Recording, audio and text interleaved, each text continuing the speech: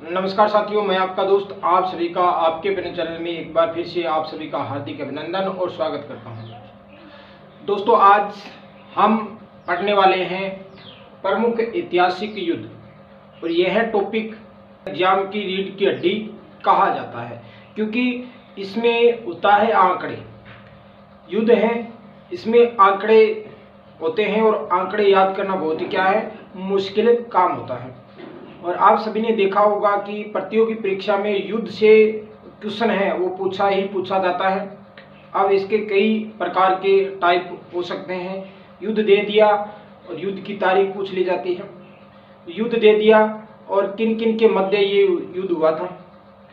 युद्ध देकर उस युद्ध में किसकी विजय हुई थी, या 4 युद्ध दे दिए और उन्हें एक साइड में युद्ध दिए जाते हैं और दूसरी साइड में तारीख दी जाती है। इसे सुमेलित करने के लिए पूछ लिया जाता है, या पूछ लिया जाता है 4 युद्ध दे दिए जाते हैं और कालक्रम के अनुसार उन्हें सजाने के लिए बोल दिया जाता है। यानी कि इससे कई प्रकार के जो क्वेश्चन है वो पूछे जाते हैं।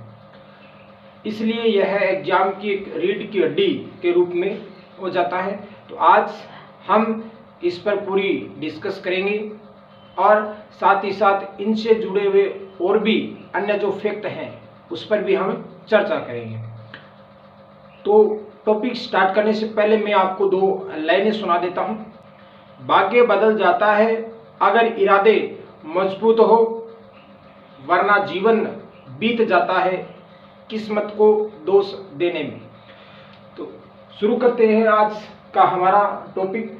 सबसे पहले एक साइड में युद्ध दिए हैं, युद्ध के नाम, दूसरी साइड में युद्ध का वर्ष, किन किन के मध्य हुआ, उस युद्ध में किसकी विजय हुई। सबसे पहले है त्राइन का प्रथम युद्ध। कौन सा? त्राइन का प्रथम युद्ध। त्राइन का प्रथम युद्ध है, ये होता है 1191 ईस्वी में। कब होता है? 1191। और त्राइन का प्रथम युद्ध है, यह होता है पृथ्वीराज तृतीय और मोहम्मद गोरी। पृथ्वीराज तृतीय यह अजमेर के राजा थे, वही मोहम्मद गोरी है ये दिल्ली का राजा था। इन दोनों के बीच यह युद्ध होता है और इसमें विजय जो होती है वो होती है पृथ्वीराज तृतीय की। ठीक है। फिर इसके बाद में त्राइन का दूसरा युद्ध, त्राइन का द्वितीय युद्ध, यह होता है 1192 के अंदर, और पृथ्वीराज तृतीय और मोहम्मद गोरी इन दोनों के बीच में होता है। और विजय जो होती है ये होती है मोहम्मद गोरी की, और विजय का कारण है पृथ्वीराज चौहान। पृथ्वीराज चौहान क्यों है? जब पृथ्वीराज तृतीय प्रथम युद्ध में जीत गया था तो मोहम्मद गोरी की जो सेना है वो भाग गई थी, और जो पृथ्वीराज तृतीय है इन्होंने इनका पीछा नहीं किया था बल्कि उन्हें जाने दिया, और अगले ही साल पृथ्वीराज तृतीय को हार का सामना करना पड़ा था। फिर है रणथंभौर का युद्ध। किसका युद्ध? रणथंभौर का युद्ध। और रणथंभौर का युद्ध है यह हुआ था 1301 में। कब हुआ था? 1301 में। और राणा हमीरदेव व अलाउद्दीन खिलजी इन दोनों के मध्य यह युद्ध हुआ था, और इसमें विजय हुई थी अलाउद्दीन खिलजी की। किसकी विजय हुई थी? अलाउद्दीन खिलजी की, जिसमें राणा हमीरदेव हैं यह इस युद्ध में शहीद हो जाते हैं, और इनकी जो रानियां हैं ये जोहर करती हैं। क्या करती हैं? जोहर करती हैं। तो रणथंभौर का जो युद्ध था जो 1301 में हुआ था, यह राजस्थान का प्रथम साका कहलाता है। क्या कहलाता है? राजस्थान का प्रथम साका ये हुआ था राणा हमीरदेव के काल में। ठीक है। 1301 के अंदर यह राजस्थान का क्या है? प्रथम शाखा कहलाता है। दूसरा है चित्तौड़ का युद्ध, और चित्तौड़ का युद्ध यह हुआ था 1303 में। कब हुआ था? 1303। राव रतन सिंह और अलाउद्दीन खिलजी इन दोनों के मध्य यह युद्ध होता है, और अलाउद्दीन खिलजी इनकी इस युद्ध में क्या होती है? विजय होती है। वहीं राव रतन सिंह यह युद्ध करते हुए शहीद हो जाते हैं। इसकी रानी पद्मावत यह अन्य रानियों के साथ अग्नि जोहर करती है। क्या करती है? अग्नि जोहर तो चित्तौड़ का जो अग्नि जौहर करती है तो ये एक क्या हो जाता है, शाखा हो जाता है। तो चित्तौड़ का जो शाखा है यह राजस्थान का दूसरा शाखा हो जाता है, और यह शाखा है ये राजस्थान का प्रथम अग्नि जौहर माना जाता है। क्या माना जाता है? राजस्थान का प्रथम अग्नि जौहर और राजस्थान का सबसे बड़ा जौहर माना जाता है। कौन सा? चित्तौड़।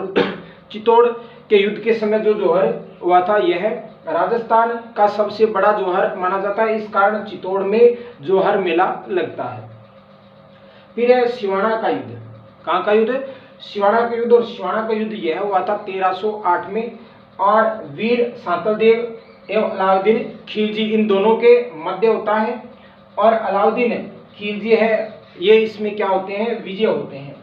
अलाउद्दीन खिलजी है ये सिवाना दुर्ग पर अधिकार कर लेते हैं और सिवाना दुर्ग का नाम बदलकर खैराबाद कर देते हैं। कई बार ये भी पूछ लिया जाता है। वहीं चित्तौड़ पर अलाउद्दीन खिलजी है ये अधिकार कर लेते हैं और चित्तौड़ का नाम है वो खिजराबाद कर देते हैं। क्या कर देते हैं? खिजराबाद। एक बार ये क्वेश्चन एग्जाम में पूछा गया था कि अलाउद्दीन खिलजी ने किस दुर्ग का नाम खिजराबाद कर दिया था? वो था चित्तौड़ का दुर्ग। ठीक है। फिर है जालोर का युद्ध। और जालोर का युद्ध यह 1311 ईस्वी में हुआ था। और कानड़ देव व अलाउद्दीन खिलजी, कानड़ देव है ये मेवाड़ के राजा थे और अलाउद्दीन खिलजी यह दिल्ली के राजा थे। इन दोनों के मध्य यह युद्ध होता है और इस युद्ध में विजय जो होता है वो होता है अलाउद्दीन खिलजी। यह इस युद्ध में क्या होते हैं? विजय होते हैं। और कानड़ देव प्रबंध है, कानड़ देव यह इस युद्ध में क्या हो जाते हैं? शहीद हो जाते हैं। वही सारंगपुर, और यह जो क्वेश्चन है वो कई बार पूछा जाता है। सारंगपुर का युद्ध है ये 1437 ईस्वी में हुआ था। और ये जो युद्ध है ये होता है महाराणा कुंभा और मोहम्मद खिलजी इन दोनों के मध्य यह युद्ध होता है, जिसमें विजय जो होती है वो होती है महाराणा कुंभा की। किसकी विजय होती है? महाराणा कुंभा की। और महाराणा कुंभा ने इस विजय के उपलक्ष्य में विजय स्तंभ यानी कि कीर्ति स्तंभ का क्या करते हैं? निर्माण करवाते हैं। वही खानतौली का युद्ध। कौन सा युद्ध? खानतौली का युद्ध। और खानतौली का युद्ध है यह होता है 1517 में। कब होता है? 1517। और राणा सांगा और इब्राहिम लोदी इन दोनों के मध्य यह युद्ध होता है। और इस युद्ध में राणा सांगा है यह विजयी होता है। इसके बाद अगर हम महत्वपूर्ण युद्ध देखें तो वो है गागरोन का युद्ध। और गागरोन का युद्ध यह होता 1519 ईस्वी के अंदर। कब होता है? 1519। और राणा सांगा व मोहम्मद खिलजी इन दोनों के मध्य गागरोन का युद्ध है ये होता है। और इसमें विजयी जो होते हैं वो होते हैं राणा सांगा। उसके बाद में बयाना का युद्ध। बयाना का युद्ध है यह फरवरी 1527 ईस्वी में यह युद्ध होता है। और राणा सांगा और बाबर इन दोनों के मध्य यह युद्ध होता है। और राणा सांगा है यह इस युद्ध में विजयी होते हैं। फिर बयाना का युद्ध। बयाना का युद्ध है यह मार्च 1527 राणा सांगा और बाबर इन दोनों के मध्य लड़ा जाता है। और अंत में बाबर है वह इस युद्ध में क्या हो जाते हैं? विजयी हो जाते हैं। गिरी सुमेल का युद्ध। और गिरी सुमेल का युद्ध यह 1544 ईस्वी में मालदेव और शेरशाह सूरी इन दोनों के मध्य होता है। मालदेव और शेरशाह सूरी इन दोनों के मध्य यह युद्ध होता है, जिसमें विजयी होते हैं शेरशाह सूरी। और जब शेरशाह सूरी इस युद्ध में विजयी हो जाते हैं तब इन्होंने एक बात कही थी कि मैं मुट्ठी भर बाजरे की खातिर हिंदुस्तान की बादशाहता खो देता। यह जो बात है ये शेरशाह सूरी ने कही थी जब गिरी सुमेल के युद्ध में यह विजयी हुआ था तब। हल्दी घाटी का युद्ध। और हल्दी घाटी का युद्ध है ये 21 जून 1576 को हुआ था। यह अकबर और महाराणा प्रताप, अकबर की सेना का सेनापति था मानसिंह और एक तरफ था महाराणा प्रताप। इन दोनों के मध्य यह युद्ध होता है। और अकबर की सेना है यानी कि मालदेव मानसिंह है वह इस युद्ध में जीत जाता है। फिर राजमहल का युद्ध। कहाँ का युद्ध? राजमहल। और राजमहल यह जो स्थान है ये टोंक के अंदर है।